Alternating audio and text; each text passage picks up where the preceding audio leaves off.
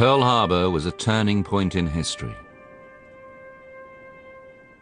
A monument to the battleship Arizona commemorates the beginning of America's involvement in the Second World War, while the USS Missouri represents its end.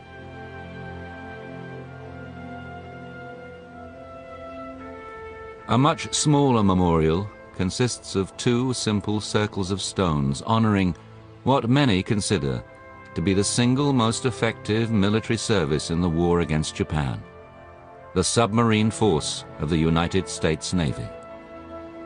The American submarine campaign during the Second World War was the most absolutely decisive victory of that war.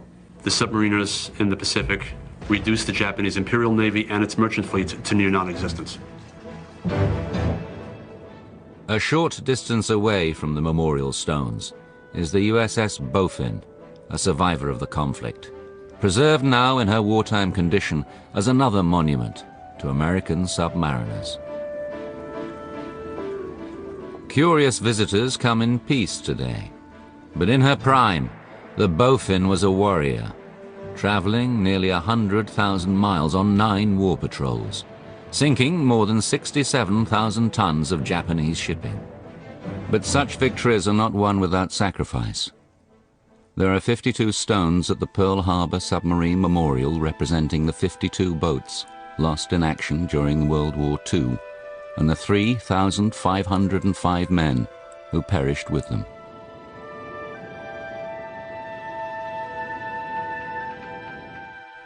The American submarine force relied on stealth and secrecy. It was vital that enemy ships, once struck, never knew it was a sub that hit them. The operations of American submarines were largely secret, and they became known collectively as the Silent Service. The letters SS in the Bowfin's official hull number identify her as a submarine. The numerals show she was the 287th sub to enter the US Navy since the force was founded, with the commissioning of the USS Holland in 1900.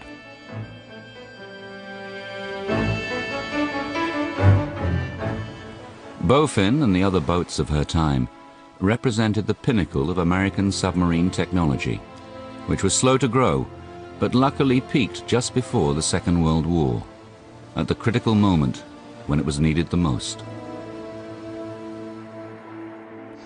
2 decades earlier, in the First World War, Germany had proved the submarine could be a deadly weapon, with such sinkings as the civilian ocean liner Lusitania.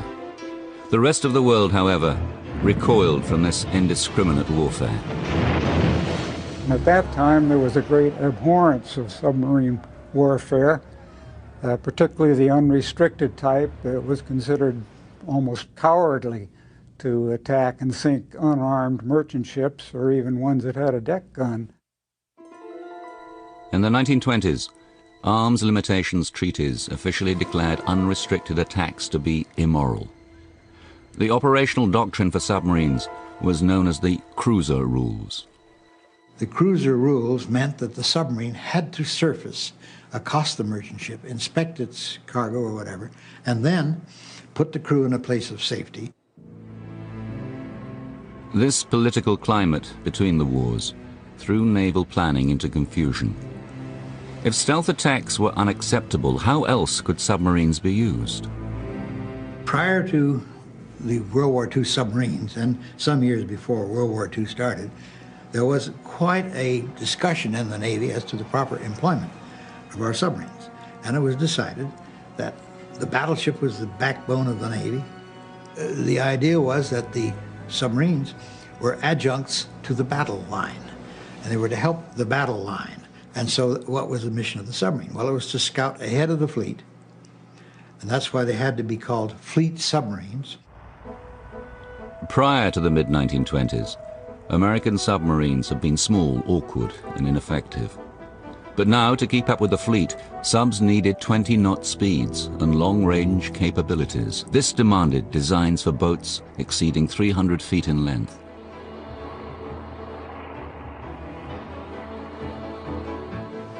At 1,500 tons or more, the boats were double the weight of their predecessors. But there was a weak link.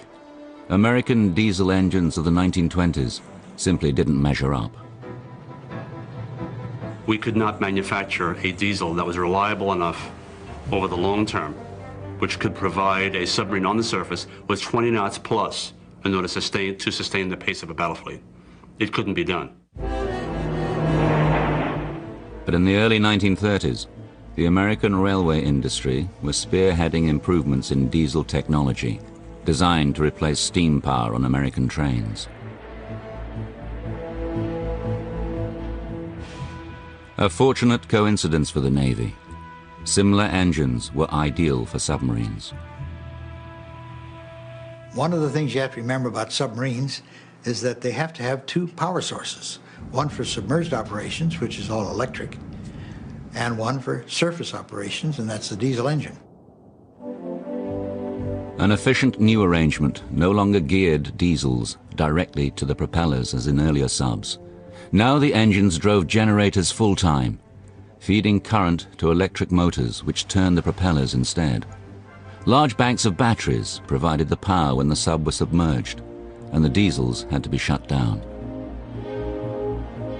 By the time of 1934, we really had a submarine that had almost all the characteristics of the fleet boat that did serve during the war.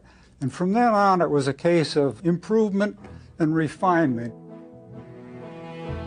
Among those refinements were features to make the crew comfortable on long voyages, because the next military opponent facing Navy submarines was undoubtedly Japan. If the Navy's major task was to patrol the Pacific, it needed a submarine that had long sea legs, could accommodate a large crew, could sustain them over time, could provide clean air and good food, and good drinking water. And the design had to be like that.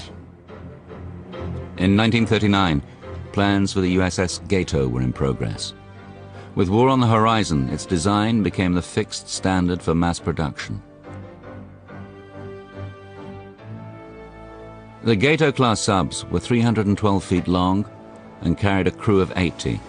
They could make 19 knots on the surface, dive 300 feet, and were equipped for journeys of 10,000 miles or more.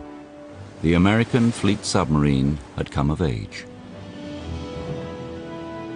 I think they were the best built submarines in the world, barring none. Germans, anybody else, we had the best. Ours were Cadillacs. We all had our own bunk. We had 3 good meals a day. And we had a clean boat, we had a good crew, we had water. Well, we'd take a bath once a week. And they were very reliable and dependable. But the first of the Gato-class subs would fail to be ready in time to do the job for which they were designed. World War II was about to begin.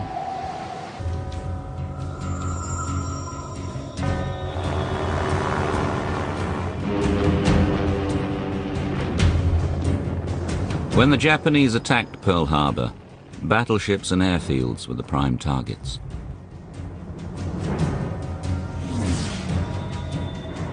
Unnoticed or ignored were the submarines, whose crews were among the first Americans to fight back.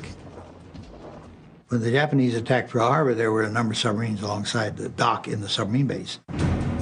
They, of course, immediately went to general quarters, as all the ships did, and they ran up on deck and got their guns and tried to shoot at the airplanes. A remarkable set of photographs offers a seldom seen view of the attack. The submarine Narwhal, at anchor with the explosive clouds of black smoke rising from mortally wounded battleships in the background. On deck, sailors survey the attack in disbelief.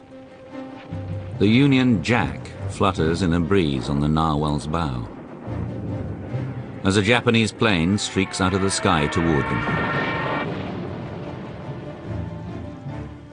The Narwhal, together with the submarine Tautog and a nearby destroyer, were given group credit for shooting down the first of 29 Japanese planes destroyed in the raid. On this day of infamy, however, their efforts were barely noticed. They didn't do much good because these submarines were not intended to be anti-aircraft ships. They did man their stations and they did well for themselves, and the planes did not attack them, therefore there were no submarines damaged at Pearl Harbor. The submarine Pompano, built in 1937, had been scheduled to arrive at Pearl Harbor from the mainland that very morning, but rough weather had made her 4 hours late. A young officer, Roger Payne, was on board. The message that we got, plain language, was, "This is no drill. Attack on Pearl Harbor. This is no drill." And that was really the only word that we had for quite a while. With cautious war procedures suddenly in place, the Pompano did not reach her destination for another 2 days.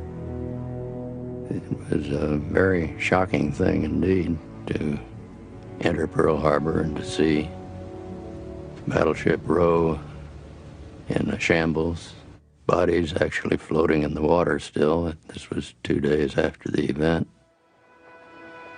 The pre-war rules of restraint and political courtesy under which all subs had previously operated were suddenly gone. When the Japanese hit us at Pearl Harbor, that wiped all the rules off the books. We got a piece of paper signed by Admiral Nimitz directing our skipper to use unrestricted submarine warfare, sink ships of any kind whenever he found them. I was cheering. I was emotionally affected by what I saw as the quality of my leadership. At the start of the Second World War, there were only 55 American submarines in the Pacific, split between Pearl Harbor and the Philippines. A number of these were the obsolete S-class boats, built in the early 1920s, and useful for little more than training. The others, like the Pompano, were advanced but developmental fleet subs. The new mass-produced Gato-class boats were yet to be completed. When the USS Gato was commissioned 3 weeks after the attack on Pearl Harbor, it signaled the beginning of a massive building program that would put 221 new fleet submarines into duty before the end of the war. In 1943, the Gato class would be succeeded by the Baleo class subs. Nearly identical in appearance, they were equipped with heavier hulls and called thick skin boats, allowing dives to 400 feet, 100 feet deeper than the thin skins. As America mobilized for war, the unique role of the submarine with its cutting-edge technology attracted the finest of crews. The Pacific Fleet was in shambles, and only the boats of the Silent Service remained to draw the battle lines.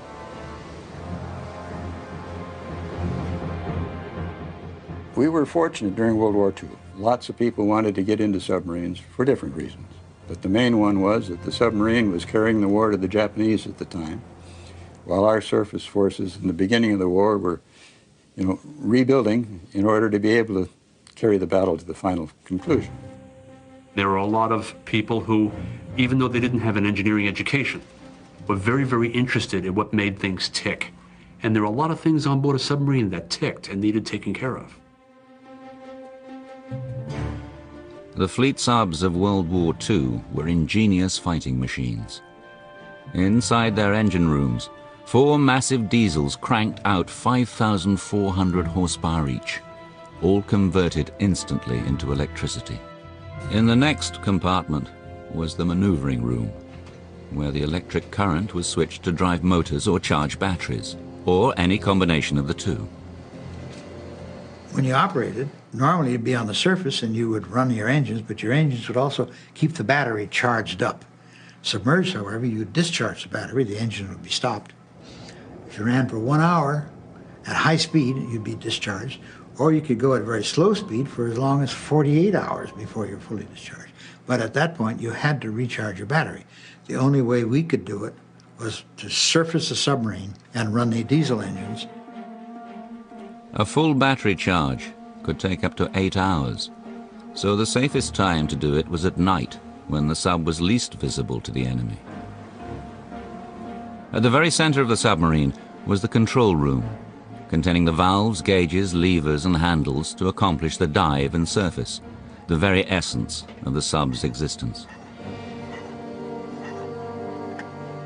We practiced this a lot, and we thought of all sorts of different stratagems to increase our diving speed to the point where the trigger, which was my first submarine, we got her down to 30 seconds during the war.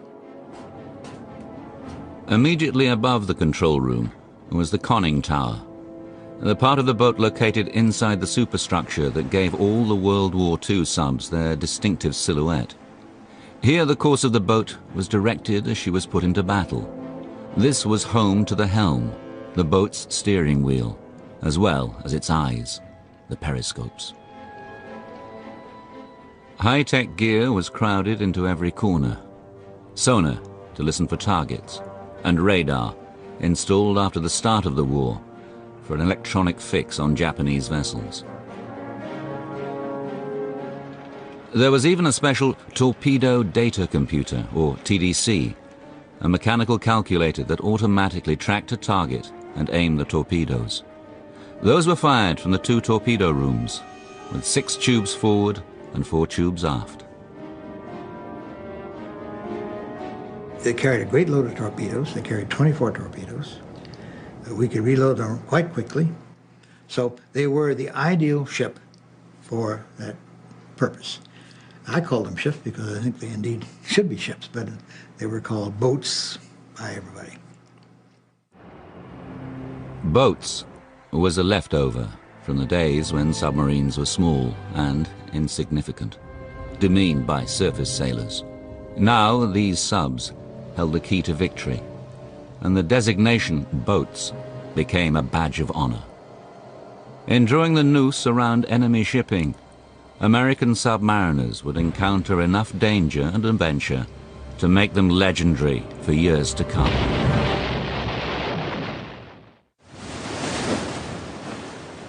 Of all the stories involving American submarines in the Second World War, none is stranger than that of the sister ships Sculpin and Squalus. Their tale involves each in a drama concerning the other's survival and destruction.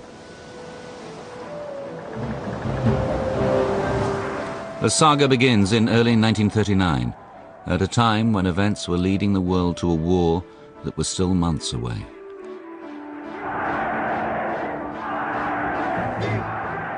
The Sculpin and Squalus were commissioned 45 days apart at the Naval Shipyard in Portsmouth, New Hampshire. Their designs were virtually identical. They were among just 10 American subs built that year. Still too early for the accelerated construction programs, which the war made essential. On May the 23rd, 1939, the Squalus was on a training run off the northeast US coast near the Isles of Shoals, barely 15 miles out from the Navy Yard in Portsmouth. As she prepared to execute a standard test dive, something went disastrously wrong. On that particular dive, everything went according to plan, but for some mysterious reason which has never been explained, the main induction vent opened, letting a cascade of ocean water into the engine rooms of the submarine. Many people don't realize what the main induction is. It's a huge pipe as big as 36 inches in diameter to take air into the submarine to run the diesel engines. Now, the 4 engines on a submarine have to all run at the same time sometimes, and they all need air at the same time, so that's why you need that big of a pipe. It's a huge pipe. In the control room, attention during the dive was focused on what submariners called the Christmas tree, a panel of red and green lights showing the status of all the openings on the boat, including the main induction. But inside the engine room, a huge column of water was suddenly pouring in through the big pipe. We know it was open because water came in. But we also have testimony from all the people in the control room that that was shut and they saw the green board. They saw the light was green, not red. The sub would sink in a matter of minutes. Water rushing into the engine room killed nearly half the crew immediately. A quick but agonizing death. I just know that they all had enormous pain, enormous, and it ruptured their eardrums immediately and probably blanked most of them out. They were probably unconscious because of the tremendous pressure that hit them that fast. Survivors rushed to close the submarine's watertight doors, isolating the flooded compartments behind secure bulkheads. 33 men found themselves stranded in the forward part of the boat. They were 240 feet below the surface of the icy Atlantic and had no idea how many hours would pass before they would be missed.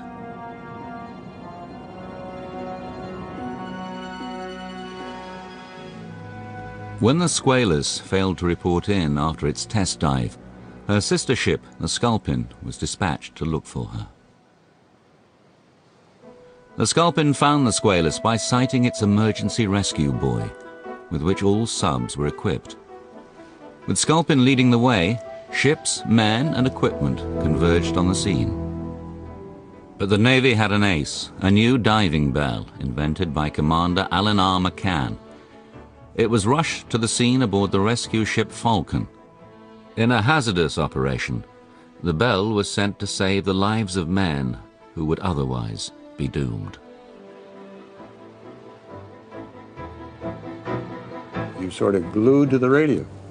We didn't have TV, so we were all following as best we could how these people might be rescued. And there was a tremendous feeling of wonder and awe when, in fact, they brought up a large number of the crew.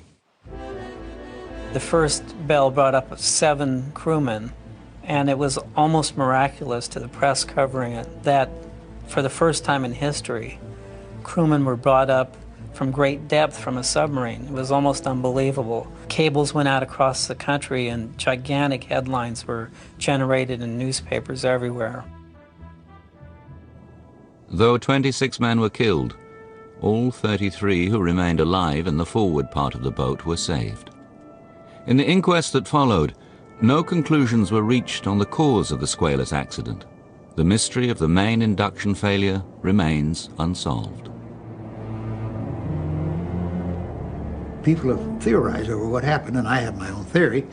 No proof, just my idea. The chief in charge, a checked-out sailor, he'd been in submarines for years, must have somehow opened the induction when he meant to open some other valve. He probably grabbed the wrong handle and opened the induction. You can do a thing 1,000,000 times correctly. That's the time you're going to make a mistake. You got to realize you get stale when you're doing something, so you don't do it routinely. You got to remember that this kind of a thing, you do it unroutinely every time. 2 months later, the sea off the Isles of Shoals was crowded once more, as salvage ships converged on the site to raise the sunken Squalus. The Sculpin was on hand again, her destiny still linked closely to her sister ship. When President Franklin Roosevelt saw pictures of the Squalus as her nose leapt from the water, he likened her to a sailfish. That description would become the new name of the ill-fated boat after it was restored and put back into service. But cynical, superstitious sailors thought this sub would forever be cursed. They nicknamed it the Squalefish.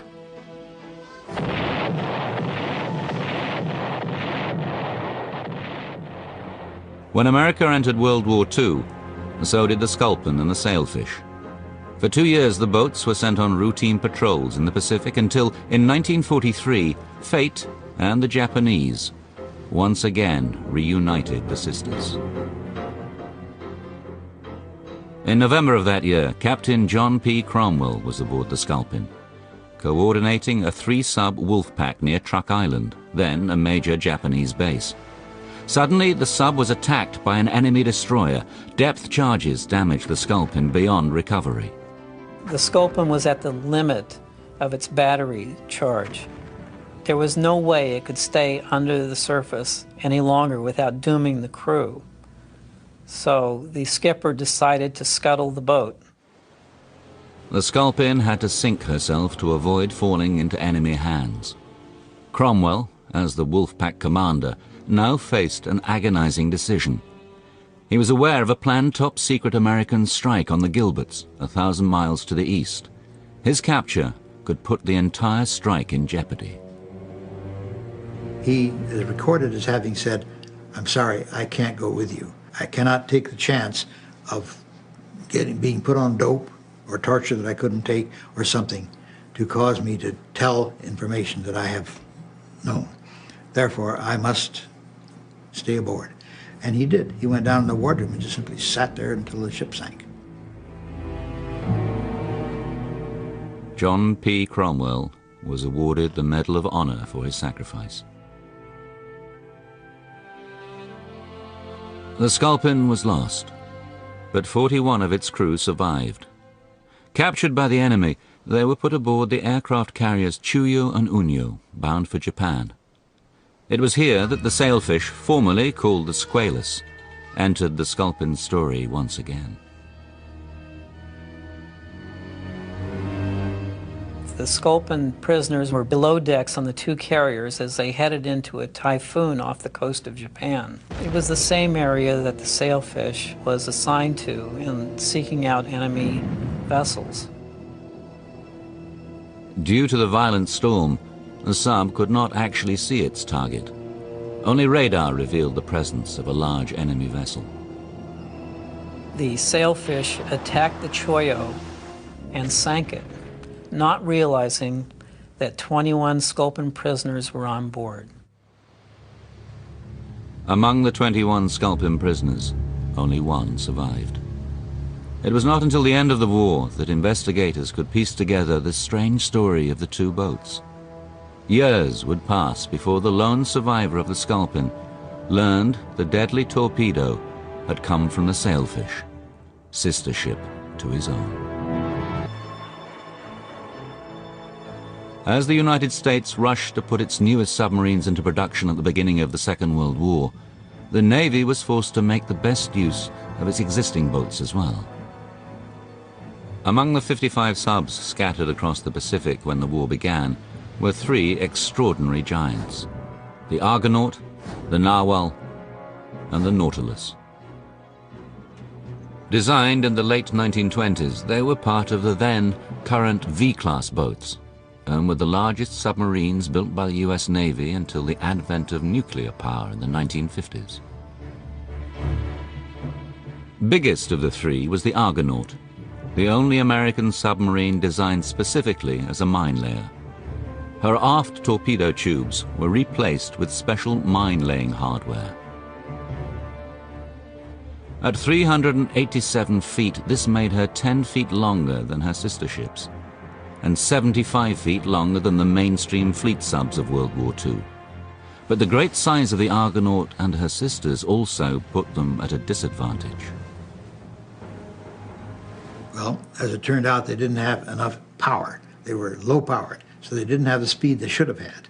The diesel engines that we later put on our submarines were not available for them at the time. So these subs were slow, unwieldy. They simply were not very effective submarines. Even prior to the war, America's big subs had achieved fame. The Argonaut, for instance, became a movie star. In 1931, John Ford sat on her deck to direct his film entitled Beneath the Sea. The Argonaut was given a special paint job and the number U-172. The submarine played the movie role of a large German U-boat, which her basic design closely resembled. 4 years later, in 1935, when child actress Shirley Temple visited Pearl Harbor, it was the Argonaut she toured. No lesser sub would do. Of all the three big boats, only the Narwhal, docked at Pearl Harbor, faced the enemy directly on the first day of the war. The Argonaut and Nautilus were on patrol near Midway Island. Although they saw no action on that day, the Nautilus would play a key role in the Battle of Midway 7 months later.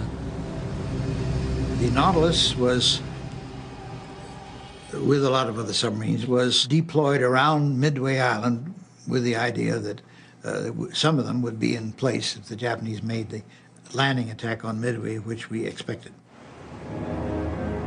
On June the 4th, 1942, the Nautilus made contact with Japanese warships. After launching an unsuccessful attack, the sub watched the enemy fleet turn north, leaving one destroyer behind to counterattack. This tactic proved a fatal mistake for the Japanese. And after depth charging for a while, the destroyer took off and headed north. It just so happened that Commander McCluskey, aviator, was out with the dive bombers. He was in charge of this flight, and they had lost contact. They had no idea where the Japanese were. So he saw a destroyer heading north at high speed. And he said, well, why is that guy heading north? There's only one reason I can think of. He wants to rejoin the main force, so we'll follow him. So McCluskey followed the destroyer that had been depth charging the Nautilus, and sure enough, in a short time, there was the Japanese fleet dead ahead. When McCluskey arrived, there was no air cover over these carriers. He just simply attacked as soon as he could. And they released their bombs, and 2 hit the Akagi, and the others were all hit equally.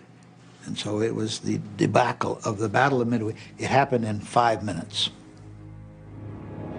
3 weeks later, the Nautilus again made history. She was sent to a spot near the entrance of Tokyo Bay to bombard the summer palace of Emperor Hirohito. Alone among the submarines, the big boats had the right equipment for the job.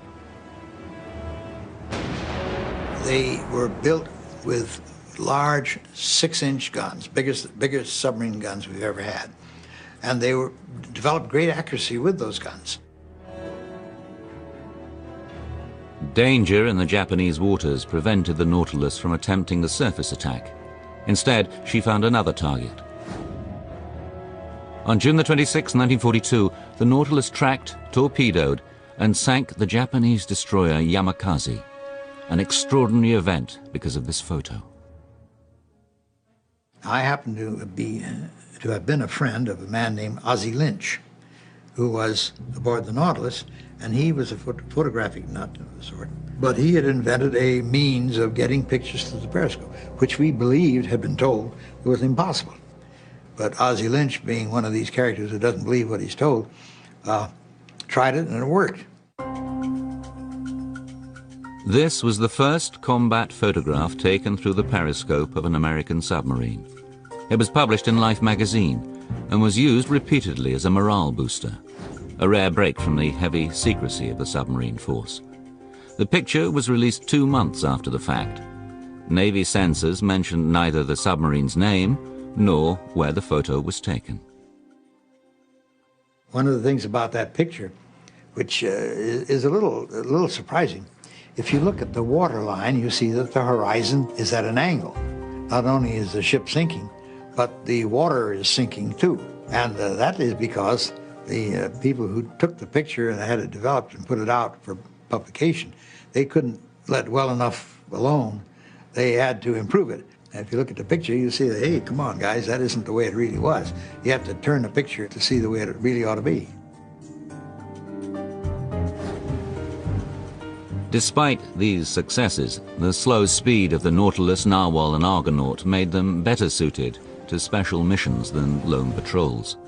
A young officer named Philip Eckert was on the Argonaut in August of 1942 when just such orders were given. We were told to get out to the Pearl Harbor at best speed, and they had a special mission in the offing for us, and we didn't know what it was. The mission cast the Argonaut and Nautilus as transports for the U.S. Marines. They carried Carlson's raiders to their daring attack on Makin Island, destroying the Japanese garrison in a diversion to the American invasion of Guadalcanal 1,200 miles away. 9 months later, another special mission. The Nautilus, this time with the Narwhal, transported 214 Army scouts to take part in the American operation to drive the Japanese from the Aleutian island of Attu. Philip Eckert had transferred to the Nautilus from the Argonaut prior to the Attu raid. It was while serving aboard his new ship he heard about the loss of his old one. In January 1943, the Argonaut had been sent east of New Guinea near the Solomon Islands. I just feel that the Argonaut was sent into extremely dangerous waters, keeping in mind what her configuration was, namely no after torpedo tubes. After torpedo tubes are 25 to 45% of your firepower, and they didn't have them. The Argonaut's aft torpedo tubes had been replaced with the specialized hardware she needed for her original design as a mine layer. Though she performed well in taking Marines to Makin Island, she had never been on a true war patrol, seeking enemy ships to sink. A Japanese destroyer proved her undoing. They depth charged him, and the Argonaut is reported, by the Japanese actually, to have surfaced. Their bow came out of water at a sharp angle. The destroyers close aboard pumped it full of shells, and she sank. Her stone at the Pearl Harbor Memorial records a loss deeply felt amongst submariners. The Argonaut, as big as she was, carried more crew than any other American sub. 106 men died when she went down, the single greatest submarine loss of World War II. By mid-1944, the war was going well for the American Navy. Preparations were being made to retake the islands of Guam, Saipan, and Tinian in the Marianas. 1,000 miles to the west of those islands, submarines were sent to patrol the San Bernardino Straits in the Philippines. There they hoped to sight the Japanese mobile force, a fleet of ships expected to oppose the American offensive. Locating the enemy was essential. And the Japanese forces came through San Bernardino Straits. There was a long way to go to make an engagement with the American forces. For several days they were unsighted. Nobody knew where they were. Zeke Zelmer was an officer aboard the USS Kavala, a new submarine on its very first war patrol. Kavala was built at Connecticut's Electric Boat Company and was commissioned on February the 29th in the leap year 1944. Her men called her their lucky lady. For sailors' superstitious reasons, we felt that the 29th of February was very auspicious and would bring luck to Our Lady the Kavala. But the crew scarcely knew how lucky she'd be as they searched for the Japanese mobile force off the Philippines their first time out. Through the sonar system came the telltale sounds of enemy ships. Kavala saw some ships, heard some noises, submerged, and found themselves with a mobile force coming at them. Ideal situation for a submarine commander. Sink them all. But skipper Herman Kosler did nothing. Unknown to his crew, his orders were to report first, shoot second. Herman did his duty. He did not fire. He let the carriers and all these magnificent, juicy targets go by, and they didn't know he was there. And he simply then surfaced, got his antenna out of water at any rate, and sent the report. It turned out to be one of the decisive reports of that battle. Frankly, the crew and the officers as well were devastated. Here we had the ideal target on our first patrol. We counted at least 15 ships by sonar. We had seen some 7 ships, including carriers and cruisers. And we just sat there quietly as we could, listened to them, and let them go. So there was terrible disappointment. Morale was probably at the lowest ebb I saw it on the Kavala. But Zelmer and the crew would not be disappointed for long. With the Japanese now located, the orders were changed. Shoot first, report second. Before long, ships appeared on the horizon. One of them, a large aircraft carrier. Now the important thing to know was, are they Japanese or are they American? The last thing we wanted to do was to sink an American carrier. So it is imperative that we have a positive identification before we went in and had made our final attack. The ship in the periscope was the Japanese carrier Shokaku, although the Kavala's crew did not yet know it. To all appearances, it could have been one of their own. The Shokaku was unlike most Japanese carriers. It had a large island on the deck, as do our carriers. Most of the other Japanese carriers were more flush deck, and so we had the one that was the easiest to confuse with an American carrier. The Cavallo was closing fast, and the skipper still could not identify the carrier. The executive officer took a look, then the fire control officer. They desperately scrutinized their ship recognition manual. Time was running out. We're now getting closer to the target, and we're going to have to make a decision. Skipper raises the scope, takes another observation. We're now close enough. The ensign stands out, and he says, "There's a meatball on the ensign. It's Japanese. We'll fire on the next observation." We proceeded for the next 3 minutes, fired 6 torpedoes at 1,200 yards. 3 of them hit. The Cavallo and her crew remained submerged, avoiding attacks from Japanese destroyers. Sounds of the enemy depth charges grew faint as she edged out of the area. And then we heard 4 very large explosions in the distance. These were not depth charges because they continued to rumble.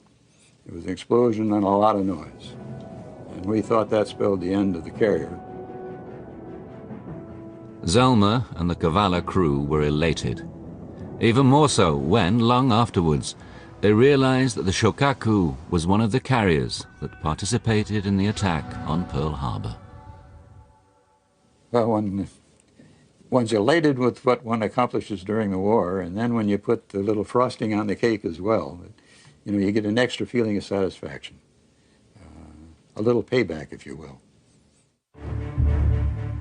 The Cavallo was one of the 2 American subs to sink aircraft carriers prior to what became the First Battle of the Philippine Sea.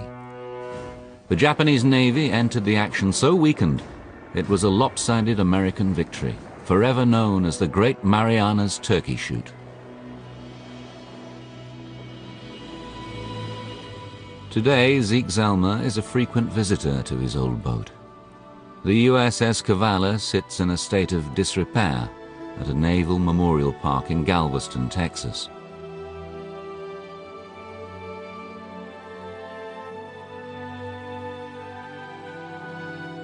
One of 15 wartime subs still surviving, there are plans to restore her to the condition in which she served so well. As for the boats that succumbed in battle, the memorial at Pearl Harbor reminds us that submariners never consider them lost. The submarine way of saying that a submarine is lost is that she's on eternal patrol. This means that she's down there with her crew on board, and they're serving their country and will forever. They can't do anything else. Their lives are ended, submarines are wrecked, but they're serving their country.